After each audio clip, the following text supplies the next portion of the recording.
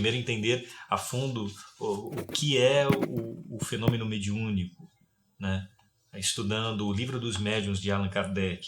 E dentro da literatura espírita existem obras riquíssimas com um aprofundamento fantástico sobre esse tema, com estudo de casos, como existe fartamente na obra de André Luiz, através de Chico Xavier, 16 volumes com material riquíssimo para o estudo das questões mediúnicas, dos processos reencarnatórios e uma série de outros assuntos muito importantes para a nossa compreensão desse tema e de outros tantos.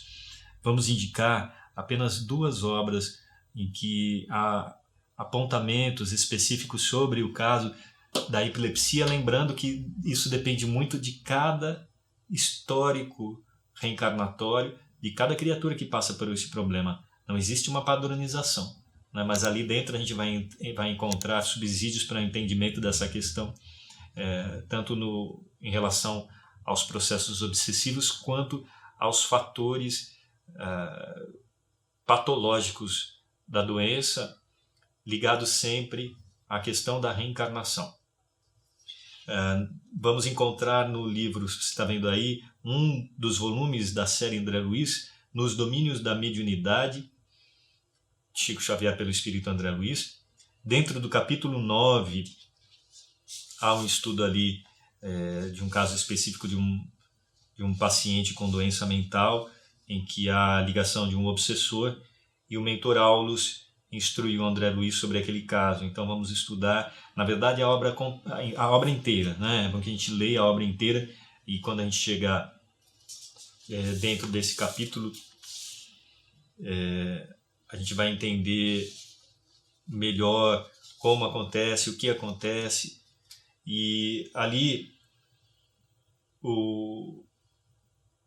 eu não vou lembrar especificamente do caso, eu precisaria reler a obra e o capítulo com mais detalhe, com mais atenção, mas é interessante a gente notar que o mentor Aulus classifica como médium, mas desaconselha a procura de desenvolvimento mediúnico naquele caso.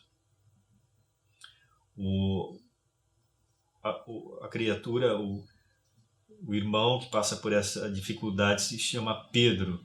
Ali o nome dele está como Pedro, que ele precisa passar pelo reajuste, pelo processo de reforma íntima que se refere a todos nós, né? O processo de melhoria, de esforço de melhoria das nossas más tendências, da conquista de novas virtudes pelo exercício do bem, pelo estudo, pelo trabalho. E ali Aulus explica: com a terapia desobsessiva exitosa, quer dizer, dando certo, tendo êxito, será possível terminar com os ataques de possessão, entre aspas, possessão que o Pedro está passando. Mas ele sofrerá os reflexos do desequilíbrio em que se envolveu, né, até chegar a esse ponto de ter os ataques epiléticos, a se expressarem nos fenômenos mais leves da epilepsia secundária, que emergirão por algum tempo ante recordações mais fortes da luta atual, até o reajuste integral do perispírito, reflexo condicionado. Quer dizer, é necessário que haja uma cura não apenas do corpo físico lesado, do cérebro, que acaba por onde se expressa a doença psiquiátrica, mas também do perispírito, já que o perispírito é a matriz do nosso corpo biológico e que traz impresso as experiências de vida que tivemos ao longo de muitas encarnações, tanto as positivas quanto as negativas, que acabam depois se refletindo na formação do corpo biológico quando reencarnamos, o feto,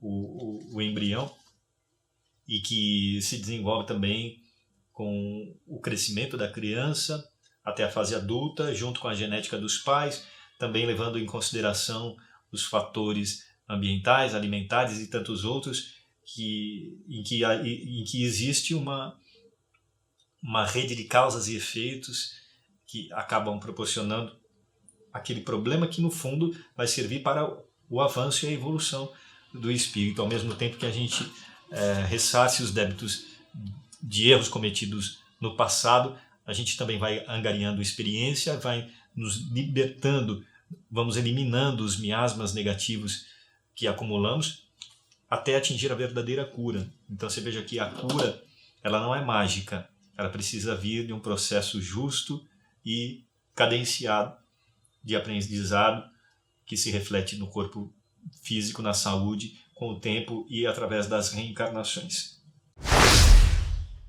Ficamos felizes também porque nos veio uma psicografia da menina para a mãe, espontaneamente. Nós sabemos que uma criança de 6 anos não sabe escrever o suficiente, não tem o controle intelectual para poder se expressar, mas que os amigos espirituais que conduzem os trabalhos de psicografia dão a oportunidade para que a criança se expresse dentro do controle educacional do processo da psicografia, que sempre, quando é séria, quando o médium é sério e quando o trabalho está assessorado por bons espíritos que não cobram, sobretudo, pelo trabalho de psicografia, isso não deve acontecer nunca, existe ali um processo de educativo para transmitir a mensagem dentro de certos limites que não vão causar excessiva emoção na família e nem ao espírito, e que traga a mensagem da esperança, da renovação e do trabalho de superação. E sobre o trabalho, sobre a psicografia de parentes desencarnados, você está vendo um link aí dentro do projeto Saber e Mudar, grandes temas. Ali nós temos esta parte do site em que há 32 textos até agora, com o tempo serão acrescidos, sobre o processo da psicografia de parentes desencarnados, que muitas pessoas às vezes querem receber uma mensagem do familiar querido que desencarnou, mas não fazem a menor ideia de como isso acontece. Ou, em alguns casos, chegam a duvidar de uma psicografia que recebem porque não entendem como acontece esse processo, o que é possível e o que não é possível. A questão de passar pelo cérebro do médium, a questão de receber um tratamento dos amigos espirituais que coordenam o trabalho, né? A padronização de certas mensagens, o que não significa falta de autenticidade. Novamente recorremos a Chico Xavier, o maior médium de todos os tempos, que tinha todas as modalidades mediúnicas e que comprovou fartamente a realidade espiritual através de suas obras e principalmente de sua vida. Ele tem mais de 500 obras, cerca de 150 dessas obras são de psicografias de parentes desencarnados. Ele trabalhava ali, se sentava, recebia as psicografias, recebia multidões de pessoas ali, né, caravanas, ônibus, e ficava horas e horas e horas, às vezes um dia emendava com o outro, trabalhando, psicografando, e as mensagens psicografadas vinham com uma riqueza de detalhes, de nome, de sobrenome, de assinatura, impressionantes, comprovando fartamente a realidade espiritual e a identificação dos espíritos. Tudo isso deve ser estudado, existe essas obras aí à disposição. Muitos espíritas, nem muitos espíritas chegam a estudar seriamente esse conteúdo fantástico. Existe até uma obra científica publicada pela Folha Espírita, a editora da Folha Espírita, junto com a Associação Médico Espírita, do Paulo Rossi Severino, em que ele estuda essas psicografias de Chico Xavier e se chega à impressionante marca de estatística de erros, de acerto, aliás, de 100%.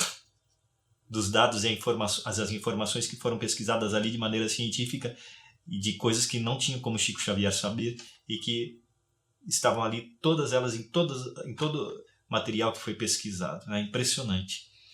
Então, a gente tem que, o que não quer dizer que todos os médios consigam esse mesmo resultado, né? Chico Xavier era um apóstolo missionário, espírito evoluidíssimo em todos os sentidos, intelectual, moralmente.